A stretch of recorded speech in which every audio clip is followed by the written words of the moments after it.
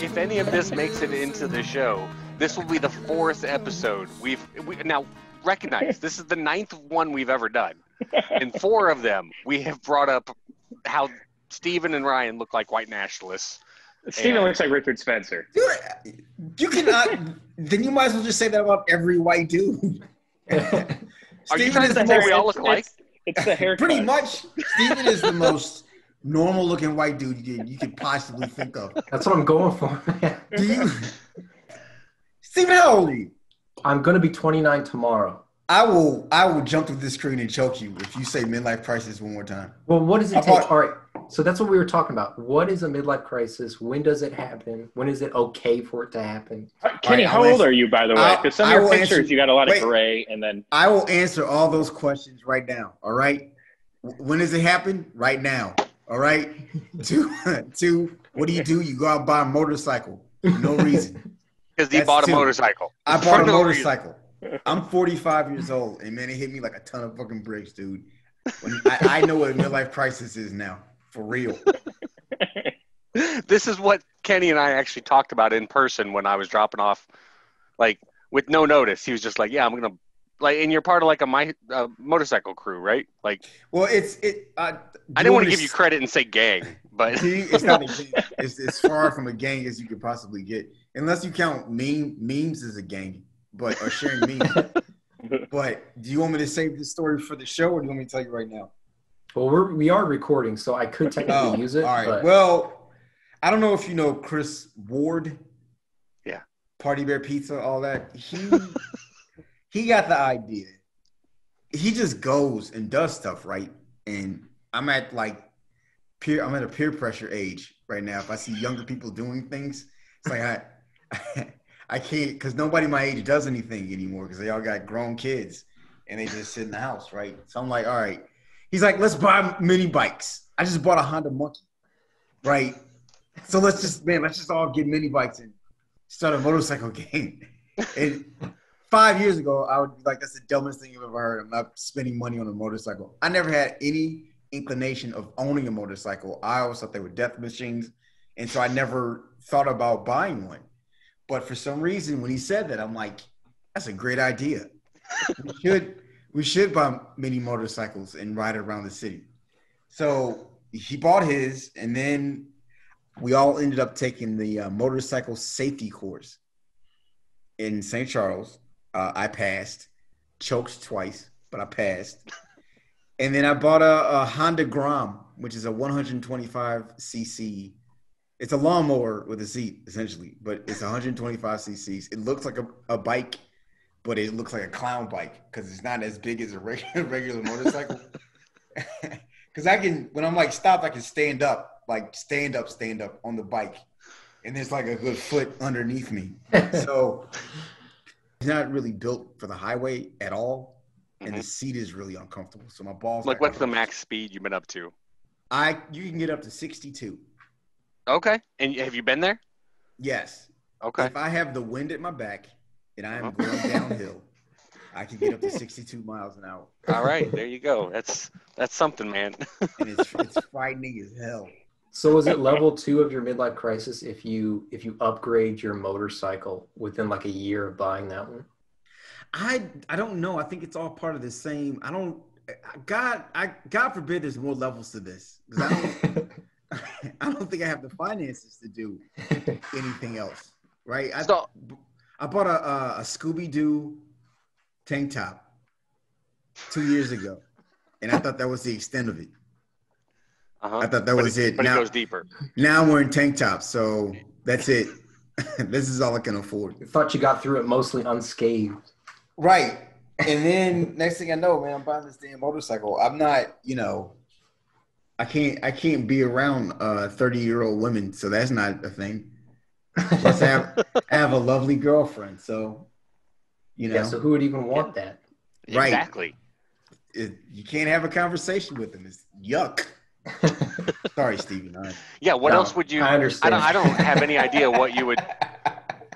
I don't have any idea what you would do with a 30-year-old that you can't talk to. Like, You don't. I mean, It's just don't like. forget that my wife is 30. No. What? All right. But how old are you? Wait, how old are you? I'm 42. You're 42? All right, Yeah. listen. I know this happens to you, then. You know what I'm talking about. There are references that you make to yourself that you think All are the time. hilarious, and she has no idea what you were talking about. All the time. It is Constantly. It's infuriating. It's a great joke. You like a great joke. I don't know who Mr. Belvedere is. What? All right, so tonight we are joined by the wonderful, the one and only Mr. Kenny Kynes, one of my very, very favorite people on the planet. Kenny is I've known Kenny. Kenny and I started comedy almost at the exact same time. Much, yeah. July, August 2010, right? I was March 2010, but it's essentially the same thing. I don't think I really started actually going out until about that time. Okay. So Kenny and I used to perform comedy together quite regularly. Steven joined us not too long after that, and we got to know each other pretty regularly. So, Kenny, thanks for joining us. Thanks for slumming it with us tonight. What made you decide, let's drink some bourbon with these assholes? Well, one, I haven't been out in several months. Okay. So you have my back against the wall. We're getting a lot of people desperate for social interaction. Dan, I got nothing going on. I actually, you know what, man? I had bourbon. We did a trivia night via Zoom last weekend, and I had 3 glasses of Booker's, and I Which was batch? gone. Do you remember? It's hang on, let me go grab it real quick. This is dead. Can you juggle? Do that real quick. No, I can cut video though. No, actually, I can juggle, but I don't have anything to juggle on ball. I got something you can juggle. No. Hey-o. What is that, Dan? What are you talking about? Shot glasses. It's Booker's uncut and unfiltered. Oh, nice. Bourbon collection. Yeah. Yeah, man. I had Booker's once. I had Booker's for the first time a few years ago, and I didn't realize this. I was so used to drinking Jameson that I didn't put any water in it. I didn't cut it with anything, and my tongue almost fell out. In fact, it ran out of my mouth. I had to chase it around the room. This is pure alcohol. Yeah, it's there's folks don't realize, like, when you start drinking American whiskey and bourbon, how quickly the proof jumps up, like, real fast. Yeah, so like with American whiskey, if you're drinking Benchmark or Jack Daniel's, Jim Beam, stuff like that, it's going to be the same proof as Jameson, which is 80 proof. And like what we're drinking tonight's 88 proof, but that's up in the 100s a lot of times. So it's gets pretty hot. So what am I drinking? Tonight? Old Elk? Tonight we are drinking this sweetheart right here, Old Elk. It's good. I got the elk pour. Nice. Very nice. Yeah, so this is a blended straight bourbon whiskey. It's comes out of Fort Collins, Colorado. Like I mentioned earlier, it's 88 proof. And before we go any further, Steven, what do you say? What do you think of this label? The label is it's like a clean label. I think this is a very basic label. There's not much to say about this one. I like the font though. I'll say that font looks exactly like what the word elk should always look like. Anytime you type the word elk on any document, it should come up like that. So I do appreciate that. And for that reason, I think I'm going to give it like a 6 out of 10. Okay. All right. Very middle of the road, but it gets I don't know if it matters, but that's the cork stopper right there. It looks like an antler, by the way. That is cool. It looks like a Jägermeister. And is that a swastika? Wait a minute, what is this? I'm sorry. It says O. And for once, hey Kenny, it says OE, but for once, we're not talking about OE 800, okay? It's not. The label itself, actually, I don't know if I would grab that off of a shelf. If it looks, I don't know. It doesn't. I mean, it doesn't like grab You, me. You you know. know what's interesting about mine is the label is not on straight. Yeah, mine's not either. Yeah, it's kind of So that is cool. Not machinery, that they're just doing it with their maybe hands. they But took a that's shot. definitely not Michael J. Fox fucking putting the packages out. Something. Never mind. That was way worse than what I was going to say. Yeah, I was about to say a minute ago, whenever Kenny said it looked like there was a swastika on it, I was like, man, some rep from Old Elk is going to be listening to this audio only, and they're going to be like, what the fuck are these guys doing? And then Ryan came in and blew up our spot. No, but this is good. I like this. You know what? Hey, one thing I want to ask you. Have you been down to the Elijah Craig Distillery in Louisville at all? I have not. Have you been on any type of distillery tour? Yes. Okay. So maybe this has happened to you, but I'm thinking it was only unique to me. So I was going through the Elijah Craig, that tour they put out, and we go through, right? And there is, before they actually do the distilling, I guess, there's like a clear proof that they produce. White dog. Right, exactly. Yeah. And I tasted that, right? And I said, man, there's some hints of cherry in this. And the guy looked at me and was like, nobody hardly ever notices that. And I'm like, maybe I should get a job down here. But then my girlfriend, being the person that she is, says he probably says that to everybody.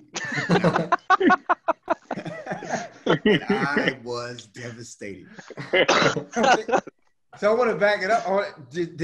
Has that happened to anybody? Has anybody else been on a distillery tour and tasted something that only like a master would taste, and then decided to quit their job and move to that place and work? Kenny, do not jump on your 125 Honda and head down to Kentucky saying somebody's going to hire me to be a master distiller. That's at 35 miles an hour. It takes 6 weeks to get down there. All right, so let's take a sip of this. All right, cheers, everybody. Cheers. Cheers. Now I want an Oregon Trail style game where it's just Kenny going cross country on his little bike. On a Grom. You say that, right? You say that, but I think my next bike is going to be an adventure bike, and I'm going to a long way around it. Oh, with, nice. Some other people. When you're a kid, you think everything is like way far away, right? And so we would go camping down in Beaumont National Forest. Down right, it's off of 44. It's right by Six Flags, right? Okay. But when you're like 10, you think, oh my God, we're going camping. We may never make it back, right? We must be going several thousand miles away from home. And so in the meantime, like at night, you just hear screams from the roller coasters. You say that at night in the fall. You think you're in the woods, right? You think you're like away from humanity. And if you look up, you can see that giant Ferris wheel with the clock on the side of it. And it's like, we're in somebody's backyard, man. This is not surviving whatsoever. My orienteering has gone to waste. So what do you guys think of this? What do you think of Old Elk? It's definitely old. You don't like it? No, I like it. I dig it. It's. You don't have to like it. What proof is this? It's 88 proof. 88 proof. I think that's all I'm used to now. I can't drink. I can't go back. Because you like the low proofs? Is this a low proof? Oh my God! I thought it was a higher proof. No, I was going to say it's an unusual proof, though, isn't it? Oh, geez. Yes, it is. You don't find many like 88 proofs, but yeah, it's 88 proof. The lowest it can be is 80 proof. That's as low as it gets. That's as strong as I go. I'm actually too high right now, and I'm gonna. I forgot what I was gonna say. Go ahead. So you like Jameson, right, Kenny? Yeah, I'm a big Jameson drinker, but I also drink a lot of Suntory. I discovered that a couple of years ago, and I'm really digging it. I'm not even a big Scotch drinker, but it's really smooth. I really enjoy it. It's really good. Okay. So the reason I asked about Jameson is because, like, I figured that this is something that you would actually like quite a bit. So, like, the mash bill on this is 51% corn, 34% malted barley, and 15% rye. So a lot of bourbons, like, you're gonna have like 51% or 70% corn, and then like 10% rye, and then the rest, whatever the rest is going to be. I'm sorry, 10% barley, and then whatever the rest is going to be the rye. But Jameson is 100% barley, so I figured this being a high barley count in the mash bill is something that you would like. So yeah, so tell us about your comedy. What's going on with comedy with you these days, Kenny? I haven't really done anything since February, I guess. Okay. When like right before the pandemic, and I'm not gonna lie, I haven't really had any inclination to do anything. It's why once you like stop doing it for a while, nobody cares. Yep. It's like nobody like, man, you need to get back out. Like the scene needs you. It's like that's one less person on an open mic, no matter where you are in your career. That's one less person I have to worry about. So yeah, man, I don't know. I'm kind of getting into the mode of more missing it a little bit. Just because I like when I write things down, I like performing them. So I've been writing a lot of stuff. I just haven't been out of the house. So I don't know, man. I just been chilling. I've been getting into other things, trying to enjoy my life. We don't know how long this country's going to last, so I might as well diversify and get off into other things before the great collapse comes. Yeah. So the show that you were doing with Jeremy, and was Emily part of that too? Oh, sorry, please continue. Yes. Yeah, that was actually Chris Ranowski. Well, Chris Ranowski, Amy Milton, and Jeremy Hellwig created it. Okay. And I just kind of came in and never left.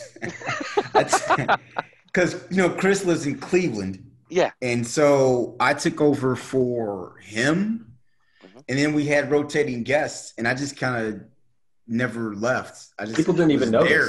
I was just supposed to be a guest, and I was just on the show. So, yeah, we've been doing that for about 5 or 6 years. We had been doing that for about 5 or 6 years. We took it all over the country. And then we haven't done any live shows since the pandemic hit, but we were doing some Zoom shows through Helium. And those were pretty, they were fun. I don't like Zoom comedy shows. I've done one. I did it with a friend of mine, Spark Tabor, who is a really funny dude out of Chicago. He's been doing this thing, joke roasts and toasts. It's an interesting concept. It was fun, but I just cannot. One component of it was doing stand-up, and I just can't do stand-up when there's 4 people. Yeah. And it's just you. Yeah. But I mean, I see people out there doing it. Good for them. I just can't. I need something to feed off of because, I'm not that funny to begin with. So I need bullshit. help. You are bullshit. Just fishing for compliments. That's how it's done, my friend. It's funny. It's funny because I don't like St. Louis all that much, to be honest with you. I've lived here my entire life, and I'm not a big fan of St. Louis, but I've never left. And it infuriates me that I never left this town. That's like 70% of the population, too.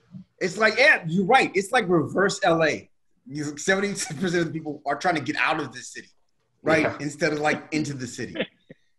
So, I mean, it's just that it's a real thing. The cost of living is or it used to be so low here that, I don't want to, and plus when you factor in how old I was, 35, 36 when I started. So I was already, if I was going to make a decision to leave, it would have been within that time frame. Yeah. But once you get to a certain point, it's like, I'm not sleeping on somebody's couch, man. Yeah. If I travel, I'm staying at a hotel. I'm not couch surfing. I'm not sleeping on somebody's floor, So now I'm just like, I do it here and there. I do it. It's fun. I still enjoy it. But as far as a career, the amount of work you have to put in, I can't do that, man. But I like, I've discovered travel. I never really used to travel a whole lot. Yeah, you went to Iceland. Right. When WoW Airlines was a thing. And then Are they gone?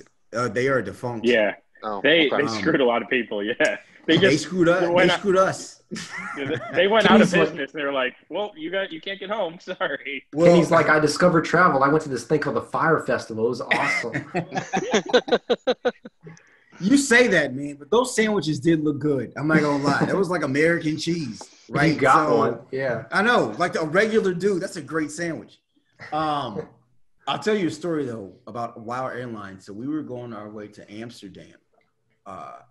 And we were sitting on the plane and all of a sudden we get this like loud bump and the plane shakes. And you're like, what the hell is that? And the pilot comes on the intercom. He's like, well, we're not going anywhere. I'm paraphrasing, but we're fucked. I'm more paraphrasing. We're not going anywhere. Southwest airline plane has clipped us.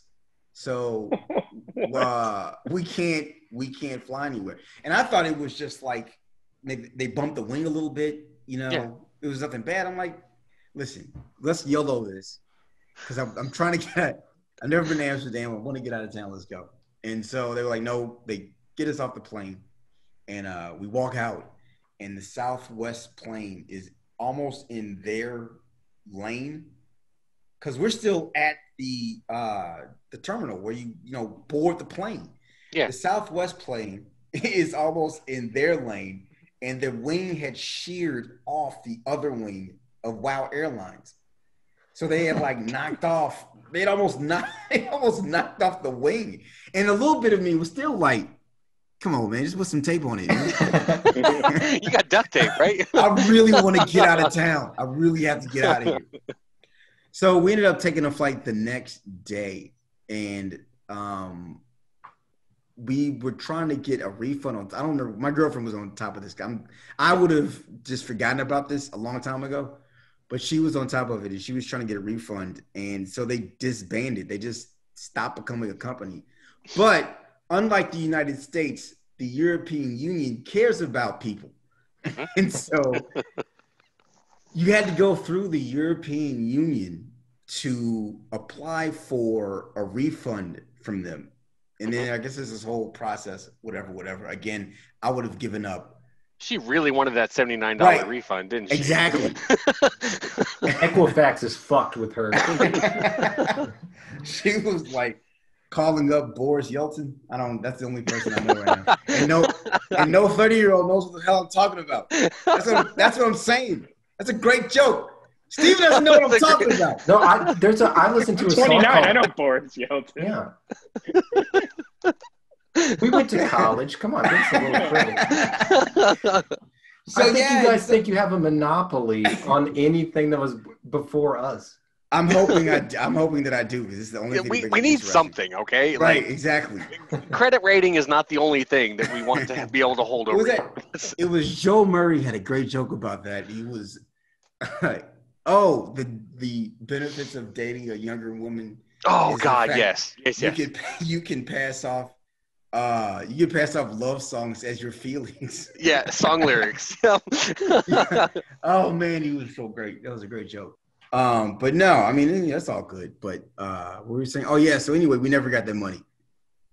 And that's you never got your $79. We never got that money back. They had to. I guess they paid all of the real creditors first, and then if you were like an individual, they were like, "Well, sorry," I just remember there was a newscast out of Boston, and it was a bunch of people from Boston who got fucked out and going. And all these people just bitching with Boston accents. I'm not going to butcher it, but it was like 5 straight minutes of fat Boston people just complaining about WoW Airlines. It was hysterical. I just hope at some point one of them said, "We already should have departed by this time." That would have been dope. I thought we would have been departed. No, speaking of like terrible airline stories, a friend of mine was coming to visit on like around Christmas a couple years ago, And he was like, what airline should I fly or whatever? And I was just like, Delta's going to be fine. You know, I was like, go whatever's cheapest. Or he did he did Delta, I'm pretty sure. And then he was coming from Austin to St. Louis, but somehow he got routed to Atlanta because, you know, that's just how airlines work. Delta, yeah. And he was supposed to get in around like 10 p.m. on like a Friday night or something like that. And at like 9 p.m., they still hadn't left in Atlanta. And he was still on his layover. And he was like texting me like minute by minute updates. So I kind of knew when to get to the airport, or at least like look at the flight tracker to even care, right? Because he was like, we're gonna be behind. He's like, I don't know what's happening. They're not telling us anything. Like another hour goes by. It's like the time he's supposed to be arriving, and he just texts me the words, "They said we're missing a part," or something. And then like another 30 minutes goes by. He's 30 minutes from when he was supposed to have landed, and he just texts me, "They are harvesting the part we need from a donor plane," in quotations.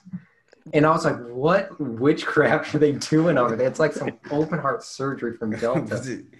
Delta is Chinese organ thieves of the... Finally got in at like 1 a.m. and he was just like, I'm never fucking flying Delta again. He lived. Why, bitch? Yeah. Jesus Christ. No, man, because sometimes it's like respect. You know what I mean? Because I had a story like that with Delta. It was at Chicago. It was at O'Hare Airport, which is a terrible airport. Yes, it is. Like my least favorite on the planet. It's awful. And so I landed, and I was supposed to be back. I think I was coming from Cincinnati, and I was supposed to be back in St. Louis that same day. And so evidently there was inclement weather someplace, but they weren't telling us that. They kept telling us our gate was in another location. And so we go to that location, and we get there. They tell us that it's at another location. So we go back to the other location. Then they say, well, no, it's back at that other location. So we did that like 4 times, right? And finally, it was really late. It was like 8 or 9 o'clock. And I'd been there since like 8 in the morning. It was like 8 or 9 o'clock. And then they were just like, they closed up and left. Like the gate just closed. And people were like, wait, what's going on, man? Is there a flight? Like, well, no, there's inclement weather in like Atlanta, so they won't be here till tomorrow. Were you going to say anything? Were you going to tell us this at any point? And so they gave us vouchers for hotels. It's like, I'm in Chicago. Yeah. Why am I going to go to a hotel when the flight supposedly is like in 5 hours? Yeah. Where am I going to go to a hotel, and why am I going to do this? Yeah. So yeah, man, I hated it. But then I went out and got a Delta American Express card for some reason. So now I'm stuck. And, you know, I had almost the exact same experience with Delta one time where, like, I was in Michigan at the time. I was at the Detroit airport, and they said something about how, like... I like Detroit airport, by the way. That's fine. But they got a Popeyes. That's all I need. That's all it takes, thing? Oh, yeah. Popeyes. So whenever I fly up to State College, like, I fly through Detroit, and... because there's a Popeyes right across from the departure gate to go to State College. So, do you know how close to death you are whenever you eat one of those biscuits? Is that what it is? Is it like a? It's worth it. It's like autoerotic asphyxiation. Absolutely. Like, you know, that's my jam. Like, that's what I do. But I just take the biscuit and I rub it on my nipples. It's you and David Carradine, and nobody's gonna get that joke either. I know exactly how he got it. Come on, that joke is wasted. No. Craig Giraldo did that at a roast to did he? Was Gilbert Gottfried. He's like, Gilbert, you're so cheap. You actually showed up. You tightened your belt and you came. You're like David Carradine. And it was like 2 weeks after he died. Oh, I miss Craig Giraldo. That's pretty good. Yeah, the like Delta, like basically we were all sitting at our gate for probably a total like 4 hours, and every like 20 minutes or so they would give us another update, and it was like snowing outside, and they were like no, we think we're going to be able to go, like we think we're going to be able to go. And then they kept saying like another 15 minutes and we should be boarding, like we are good, we are cleared for takeoff or whatever. And like they kept leading us on, and then right when we were supposed to like board, like an hour late or something like that, they were just kind of like, I think they said, like, they didn't say anything. It was just the little ticker thing or whatever just changed to a different city was now supposed to be at this gate. And we were like, what the hell happened? Like, collectively, everybody's like, what the hell is going on? And then they were just like, well, if you want, you can come talk to us and we'll give you a voucher, but it's now going to be tomorrow. See, because they know, what are you going to do? What could you possibly do in that situation? Yeah. They have all the power. They also gave us a meal card, too, for like $15 at the airport. Those meal cards are shit. Hey, you could have gone to Popeyes. What's the problem here? $15 at Popeyes. You leave for a week. I flew out of LaGuardia, out of Chicago, or not now Chicago, New York City. That's the worst. It's terrible. They've remodeled it. It's a little better now, but it's worse than O'Hare for sure. But I was with friends, and I was coming back from Super Bowl to St. Louis, and I was like one of 2 planes to leave that airport. They're like, "Oh, we're Spirit. Who gives a shit? There's a snowstorm. We'll still go." I'm like, all right. We know you have a lot of options when you fly. This is Spirit. Who gives a shit? No, and that I was wearing sweatpants. Yeah, it was bad. I was out till 4 a.m. I was boozing. I went back to the hotel for 2 hours, slept. I got up, went to the airport. I blacked out. I woke up. I was on the plane. Well, we made it out. It's probably a snowstorm. It's probably best that you were blacked out at that point. Yeah. Yeah. We should probably talk about this whiskey a little bit. Yeah, let's talk about the whiskey a little bit. Hey, so this is... Where are they located? Fort Collins, Colorado. You said that, didn't you? I'm sorry. I did. I'm a terrible host. You're supposed to be taking notes. Wait, what? Annie. You're supposed to be taking notes. This is bullshit. There will be a test. That's how we close every show. I didn't take notes when I was actually in school. Oh, okay. I'll be damned if I take notes for a podcast. All right, fine. So I do have to say one thing about Old Elk is that the thing that makes them a little bit special is that like they do what they refer to as the slow cut. So whenever bourbon comes out of is it that fucking boring, Kenny Kynes? It's 9:13. What are you talking about? I was supposed to be in bed 2 hours ago. Oh, you're 45. I forgot. No, go ahead. So they do a slow cut. So whenever a distillery, they proof down their bourbon to get it to 88 proof from what it comes out of the barrel. Most places, it's like a 12, 24-hour process where they dump everything out of the barrels and then they add enough water to bring the proof down to where they want it. For them, it takes like a month. They do it like very slow, steady increments to decrease it. The reason they do that is because, like, I don't know if you guys used to like take pours out of your dad's whiskey cabinet when you were kids, like I did. Well, if you ever noticed when you were a kid, like that process, adding water to alcohol creates heat, and that heat can destroy some of the flavors that you get from the whiskey. So they do it more slowly, so that it doesn't generate as much heat, and it's supposed to keep more of the flavor in the whiskey.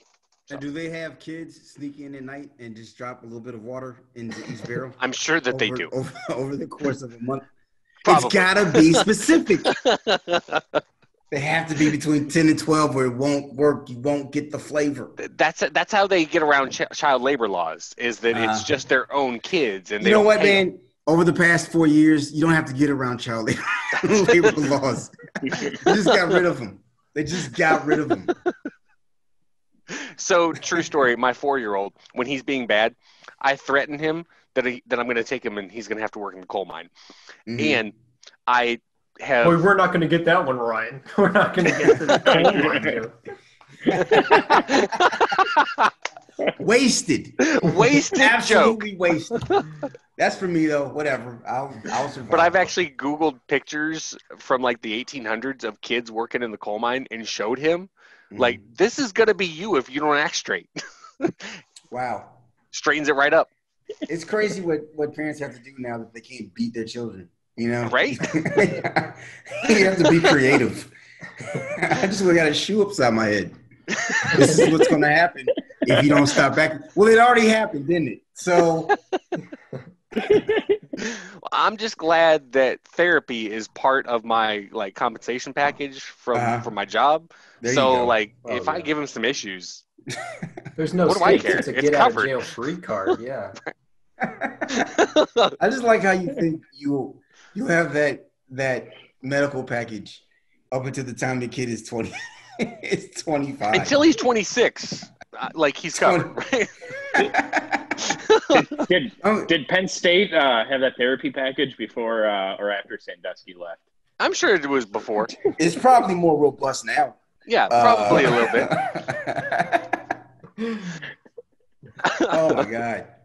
So this whiskey, to me, the first thing when I smell it, I immediately, like, I know you said before in the past, and I really haven't agreed. Whenever somebody would say, like, it kind of is it's a nutty whiskey, but I smell like a Payday candy bar as soon as I smell this.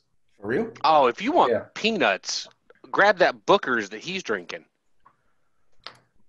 Booker's has got a peanut flavor like crazy.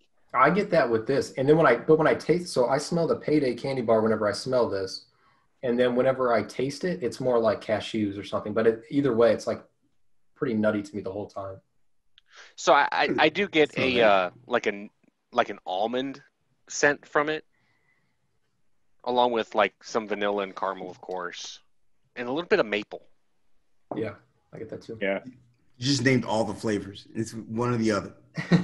No, it's all of them. It's all of them at the That's same what we time. do. We just throw shit against the wall. It's like we just say all the whiskey flavor. Ooh, some smoke. Get a little bit of McDonald's shake. Hey, Kenny, do you smell any cherries? I just had a bunch of cherries. Oh, did you? Yeah. Well, just since you're the master distiller. Kenny. I know.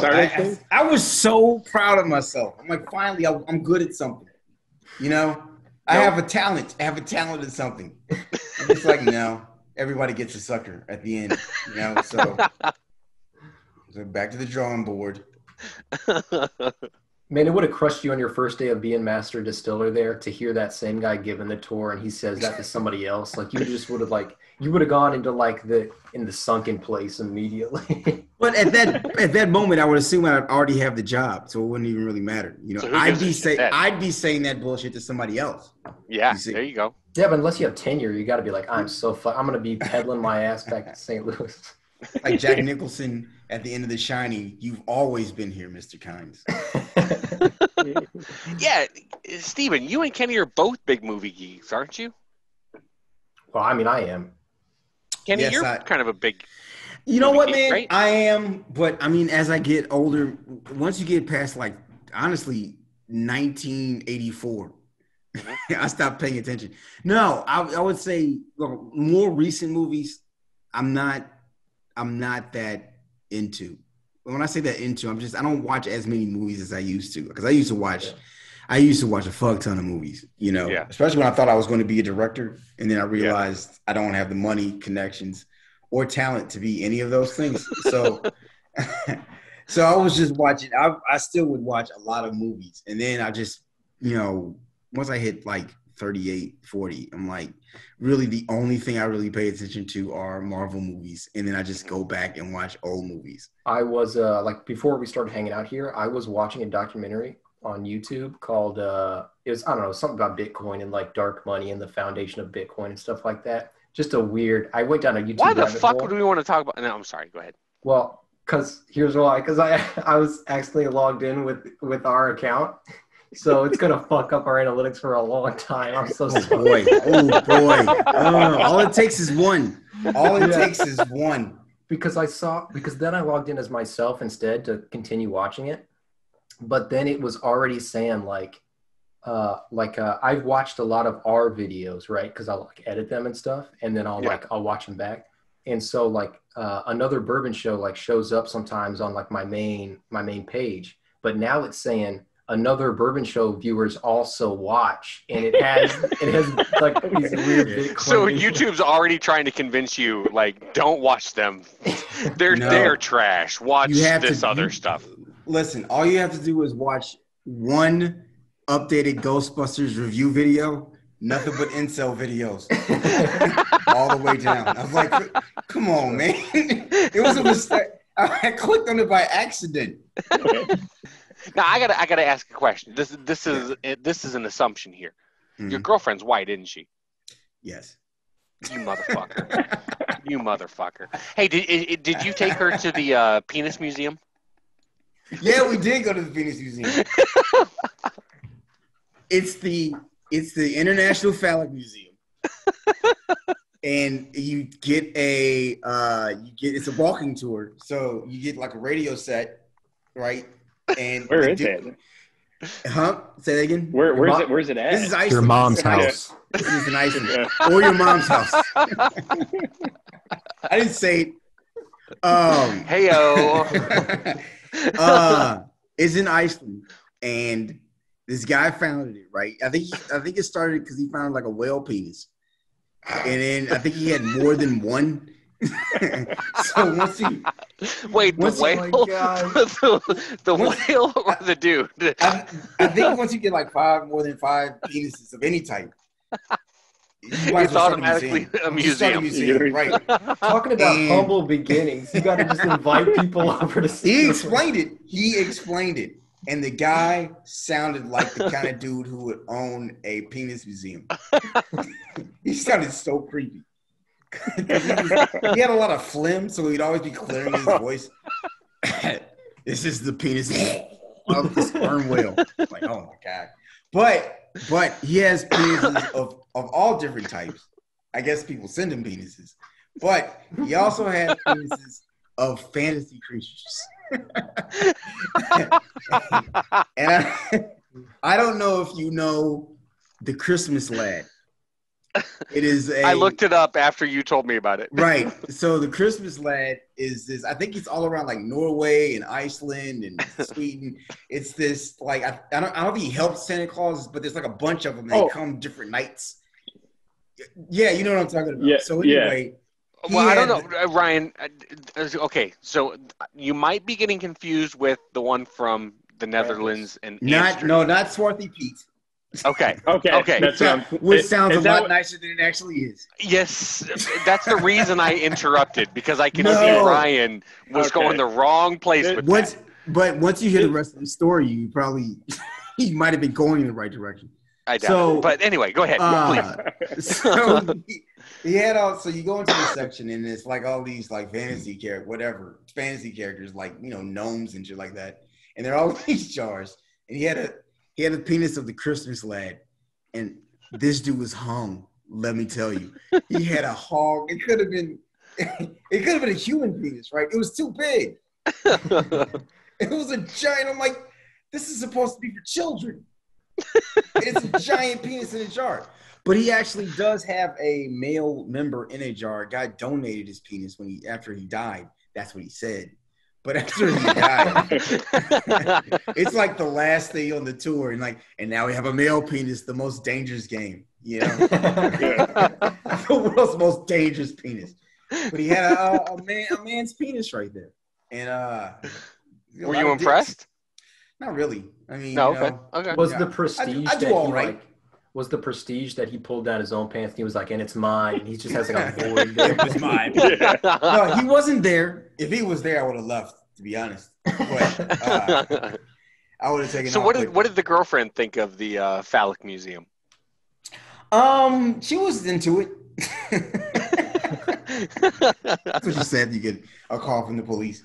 She was in. No, she. It was at the end. We actually went there like at the end of a day because we had done a bunch of stuff and we were like tired and we were like, well, let's do it before we leave. Mm-hmm. I mean, it's like it's a gag. No pun intended. But it's a gag. It's like you kind of have to do it. It's there. You don't walk past the International Dick Museum and say, no, let's not go. Yeah, right. Yeah. Let's go to church. Was that in Reykjavik? That was in Reykjavik. Everything's in Reykjavik. Okay. Just make sure you try the puffin. What's that? It's a bird. It's a bird. The penguin? Look it up. Penguin? No, it's not a penguin. It's a puffin. A puffin is a type of a penguin, though. No, it's not. It's not a penguin. It's not a type of penguin. It has the same coloration of a penguin, but it's not a penguin. It's a bird. It's the most adorable bird you'll ever see in your entire life. And you ate one. Yeah. We ate whale. I was a monster, man. I almost came back and started voting Republican. I was like, this is what it's like. You got any of that manatee? Let's go. Let's get it all in. So these little motherfuckers right here? Yes. Tasty? Oh. honestly, they were good, but it's more like have you ever had a gizzard before? Yeah. It's like it kind of has that consistency. All right, It's I'm not odd. into it then. Yeah. But just so you have a I don't story like to tell, gizzards. like me, that shit may be 100% more interesting. All right, guys. So we've had a great night. Kenny, thanks for joining us. It's time to do our final ratings, and this is one of the few nights when I actually drained the bottle. So I just had to grab this out of the trash can. So because it's gone, it's empty. There's nothing left to drink. Yeah, we get it. Fuck you, Steven. Okay, so Kenny, you're new to the show. We rate things from 1 to 10. A 5.0 would be a Jim Beam. Mm. All right. So on a scale of 1 to 10, and you can use decimals. Let's start with Ryan. What do you rate this 1 to 10? I go solid 6.5. It was good. Drinkable. I like it. It was a little nutty, which isn't my favorite thing. Mm-hmm. I remember last time I drank this, I was half in the bag, so I liked it a lot more than I did sober. So if I was a little drunker, I feel like I'd drink it up a little more than being sober going into it. Okay. Yeah. Right. So 6.5. 6.5. It's a good score. Okay. Yeah. Steven? Yeah, I think I'm going to go a little bit higher than Ryan, but I do also wonder if it's because I have had from this podcast and just personally a lot of sweeter whiskeys recently, and this was kind of it was a very welcome change from that. So with that in mind, I'd give it a 6.8 or so, I think. I did like it, but it wasn't super memorable to me at the same time. Okay. I think it's a very solid whiskey. If I saw it out on the shelf, how much was this bottle, Dan? Oh, that's a great point. We always talk about where we acquired it and how much we paid for it, and we did not do that earlier today. That was about a $50 bottle. Got it from the spot that I buy 80% of my liquor, which is the BP in Glen Carbon, Illinois, or Lebanon, Illinois. Lebanon Wine and Spirits. Steven got his from me. Kenny got his from me. Ryan, you got yours at the BP also, correct? I did, yeah, when I was down there a couple weekends ago. And you bought it way more recently than me. Was I right about the price? $49.99, yeah. Okay. So after taxes, yeah, $54. So yeah. I feel like at that price point, I think I would rather have the 1884 Uncle Nearest for a little cheaper. Or I'd rather, based on what you say alone about Uncle Nearest 1856 or whatever it is, I'd rather pay $2 more or whatever and get that. I assume. Yeah, it was good, but I just think not too memorable. Okay. So I'm gonna throw out my thing, and then we'll throw it to Kenny for the closing words. Him being the guest. So Old Elk is one of those whiskeys, bourbons that. When I'm sitting here and I can't figure out which of the 40 bottles that I want to drink that particular night, I'm like, oh, you know what? I'm going to have a pour of Old Elk. And then I pour a glass of Old Elk and I take a sip, and I'm like, hey, that's really fucking good. I forgot how good it is. And that happened for the entire goddamn bottle, right? It's a good bottle, but Steven, you nailed it. It's not memorable. It's not one that you're like, I want to have a glass of that tonight, and I want to have a glass of that really badly. But I was never once disappointed whenever I poured a glass out of that bottle. So I'm going to give it a let's say a 6.6, and call it a day at a 6.6. Kenny, what do you think? One of the distillers is wasn't he involved with MGP back in the day? I thought I read that from Greg Mitski, or yeah. So I read the it, master I read it earlier. Yeah. So the master distiller for Old Elk is Greg Mitski or something like that. He's a goddamn legend. Old Elk. Yeah. Metzi. Metzi. Yeah. He is he's a big fucking deal. Let's put it that way. Old Elk is new. They are a newer company. They are backed by a really, really good entrepreneur, and they've Russian got a killer. oligarch. I get it. Absolutely. They're going to take over the world. It's going to be the next 007 movie. But you always say when somebody has kids, when they say the exact words you just said.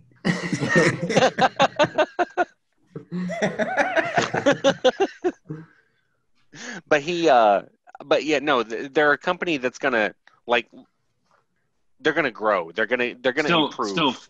Still finding their identity. I feel like Exactly. Yeah. I didn't mention earlier that Old Elk does not have a technical name.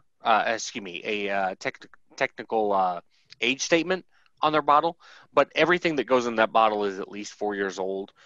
They've got a weeded, they've got a mixed, they've got I think that's it. Yeah. So anyway, they're gonna keep growing. It's a solid pour, but for this particular bottle, I give it a 6.6, 6.7, whatever I said. I'll stand by it. Kenny, what about you? What do you think, brother?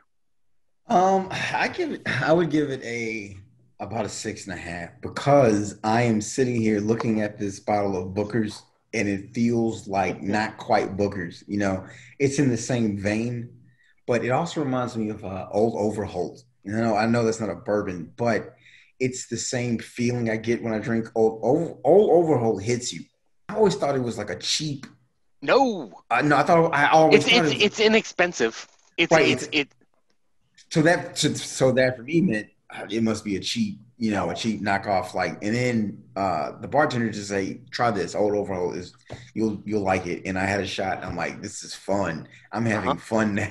I'm having fun now." And so it kind of reminded me of that. So I would put like Old Overholt in between these two, this Booker small batch that I have, and then it would be the Old Overholt, and then this. It's one of those things where somebody had it and and brought it to me. It'd be like, "Well, that's pretty good." Again, like you said, it's not like memorable, but it's good. Yeah, it's good. I would go out and buy a bottle just to have it. I think one of the reasons it's not super memorable to me is that it has the same taste from start to finish. There was nothing that overly complex about it, for better or for worse. If you like the taste, you're going to like it because the finish is pretty much the same. But for me, I pretty much knew what it was going to taste like from the smell, which again, for better or for worse. Mm-hmm. I feel like the little label on the necker is badass and stands out much more than this. I don't know if you can see it, Dan, but it's Old Crow. Oh God! This is like the third Old Crow reference we've had. I love Old Crow. And see, that's the thing with packaging with me. For when you get into animals and things like that, it's like a little bit too much for me. I'm that dude that just likes to go to like Brennan's or something like place like that and just have the bottles upside down, ready to go. I don't like all the flair, if that's a thing. But just give me the fucking puffin. I don't care what it looks like. I was like, can you kill it in front of me? And they were like, oh, no, sir, we don't do that.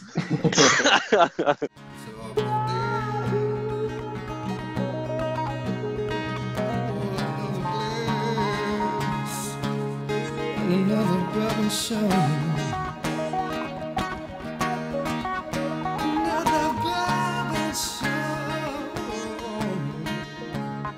Another Bourbon show. I'm having a blast. Right. If you enjoy it, that energy comes through. And I think that's what draws people to a channel, like if it does, cool. If it doesn't, I don't give a shit because I'm getting to drink with like 3 awesome people right now. Yeah, I do. I want money. You understand? If I'm doing work. In fact, when do I get paid through PayPal? How does this work? I don't. We're still waiting to find out too. Kenny, just cash at me. Just cash app. Just send me cash app. All right, cool. I'll send you my deets. So Kenny, no, you're paying us. Kenny, paying you gotta us. have your girlfriend contact us. We're gonna dissolve real quick. I'll put her on that, and I would. If she's on it, I will get my money. You understand?